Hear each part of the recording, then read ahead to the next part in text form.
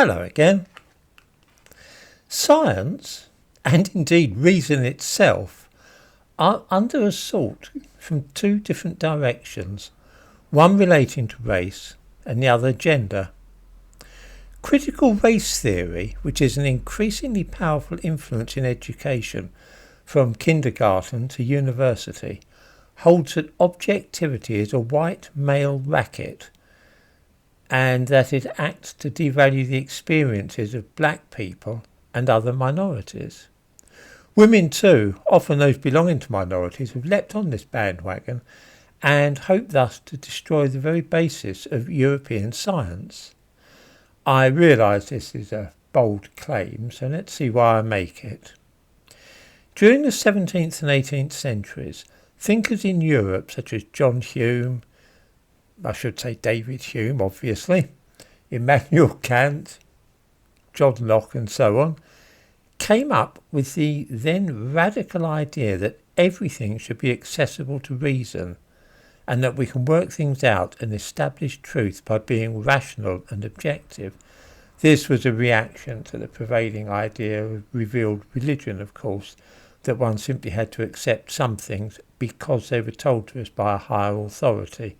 In the Enlightenment, it became realised that that wasn't true, that we can find things out for ourselves by thinking, and that there is such a thing as objective truth.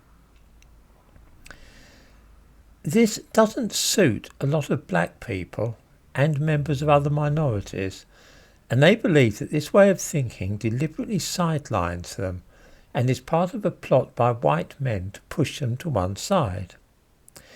Instead, they believe that their own lives and experience are more important than any set of scientific principles, more important, in fact, than logic and reason. This is why we are seeing universities like Nottingham Trent in England introduce trigger warnings for students studying these philosophers, ostensibly on the grounds that some of them had incorrect views about race, but really as part of an attack on the Enlightenment itself. No doubt they did have incorrect ideas about race and many other things, such as, astronomy and physics, say. That's because they lived centuries ago and didn't know as much as we do today. It's all part of an attempt to devalue the Enlightenment and show that the ideas which emerged at that time, rather than, things, for example, objective knowledge itself, that rather than just subjective experience was wrong and must be rejected. This is terrifying when we think about the implications of it.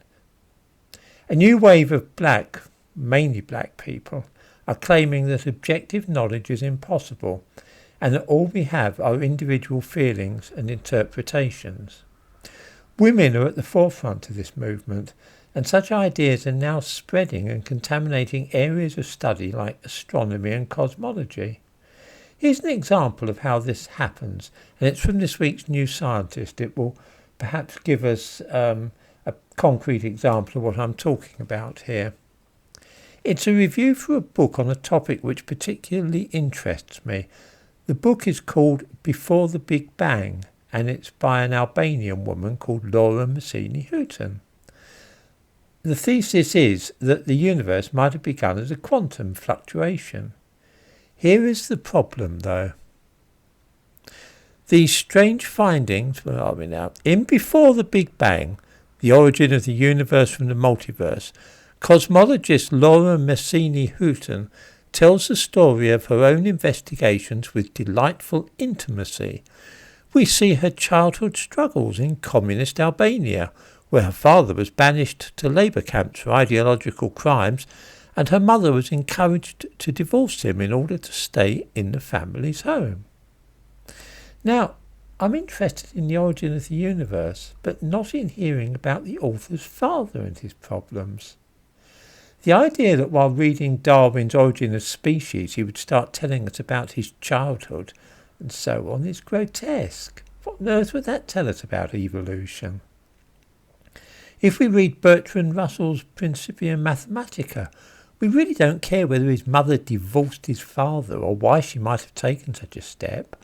All we want to know about in a book like that is mathematics and logic. Further on, we have this. A subtle but important aspect of Massini-Houghton's book is her honesty about being a woman in physics. She tells us that she was afraid to open the door to receive a late-night bunch of flowers that her husband had sent, too worried the dark figure on her doorstep was the male colleague who had been harassing and threatening her daily. Such experiences are routine for women who have chosen a career in the sciences, she writes. Now, I would not have it thought that I don't care about sexism in science, or sexism anywhere else in society. I do. But if I read a book about quantum cosmology, then that's what I want to know about, not whether the author's husband sent her flowers one night. This is all of a piece with the idea of the value of lived experience, which we see touted by critical race theory enthusiasts. Laura Massini-Houghton is convinced that her lived experience is at least as relevant to the origin of the universe as the astronomical observations about which she writes. It is not.